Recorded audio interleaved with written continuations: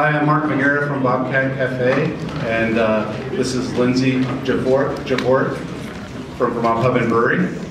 And we just did the blind taste panel for you, which unfortunately you were biased right from the get-go because of its title, Hops Gone Bad. So of course, your bias now is you were expecting bad hops. But we did actually put some good hops in there, believe it or not. So what we want to do is just go over what we just subjected you to. And of course we ask for you to have your piece of paper and go from left to right, your other right, and write down some notes and whatnot. Now, I have the honor of saying I did not brew this beer. But it was brewed with a base beer from Vermont Pub and Brewery, and Lindsay's going to go over that right now. I didn't brew the beer either. But my awesome brewers did. The base beer was a beer we called What the Hellas, and it is a pretty standard lager. It was brewed with Cara malt and Pilsner malts, and then Halatar and Mount Hood hops was the base beer. It's an 18 IBU and 5.2%. And then it was dry hopped with we did 3 gallons of beer for each session against 3 ounces of the hops, whether they were good or bad, kind of making that a tight ratio so that you would be able to tell the difference and be able to taste what was good and bad about the hops. So now the fun part. What was in the hops, or what hops were in the beer? Believe it or not, it was only Cascade was the dry hop, which is one of the more popular varieties that's been around for a while. It was our control, so to speak. The hops were grown by the Ag Extension Program, District Northwest of the UVM Ag Extension. I think I put that all right and butchered it. Up in Alberta, Vermont, and it was only Cascade. Now, on the left, believe it or not, that was the control. That was actually properly dried Cascades, properly vacuum sealed whole leaf hops. But before we actually go into what it was, what were the flavors that people got? Anybody? Raisins. Rotten fruit. Vegetable. Anybody get lemony, grassy? Lemongrass? I'm seeing nod. Grass. Pepper. Okay. Okay. Any others? All right. How about the second one?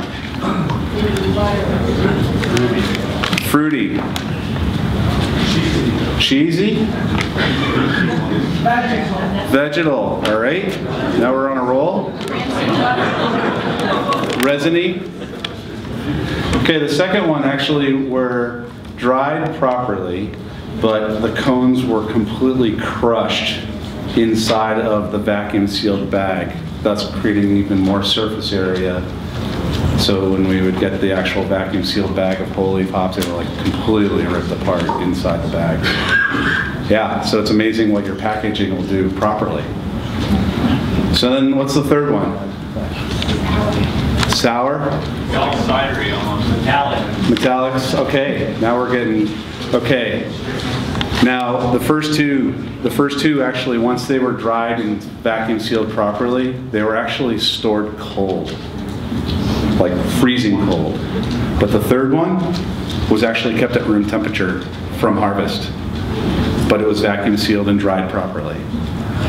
So that's another sign of how differently our hops can be treated when we get them as the end user. Fourth one? Sake, what? Soggy? Sake. That is a accurate flavor. Rotten fruit. All right, this one was fun. I had like a tea, like watery, papery, and that could have been, anyways. These were spider mite damaged Cascades that were actually dried properly, then vacuum sealed. Yeah, so integrated pest management is also very important. Okay, fourth one, or fifth one, excuse me.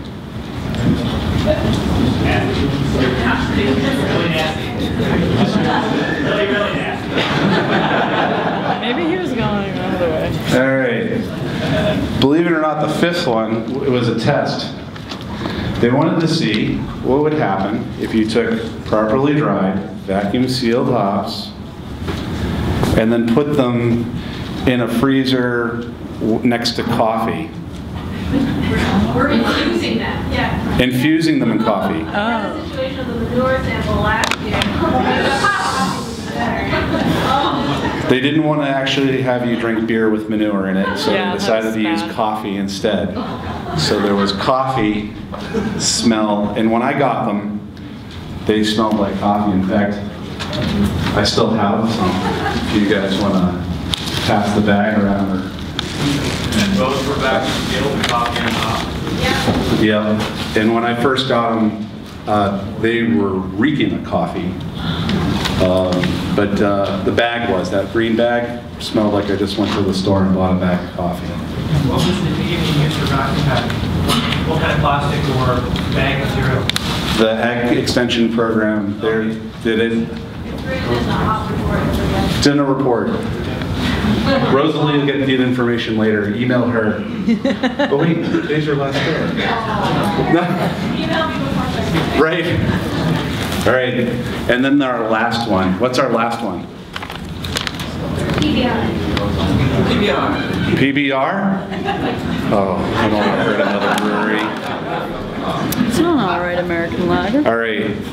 It was the base beer. However, the dry hop were soggy hops, not dried enough.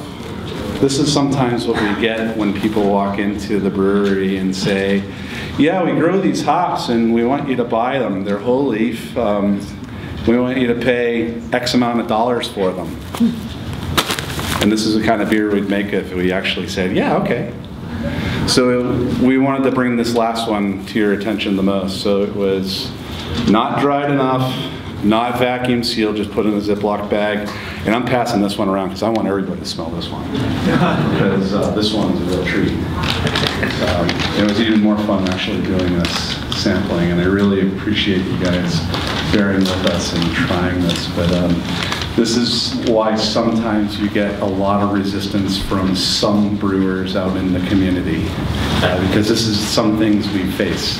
And some smile and say, okay, well, let's work together. And others are like, don't bother me, I'm busy.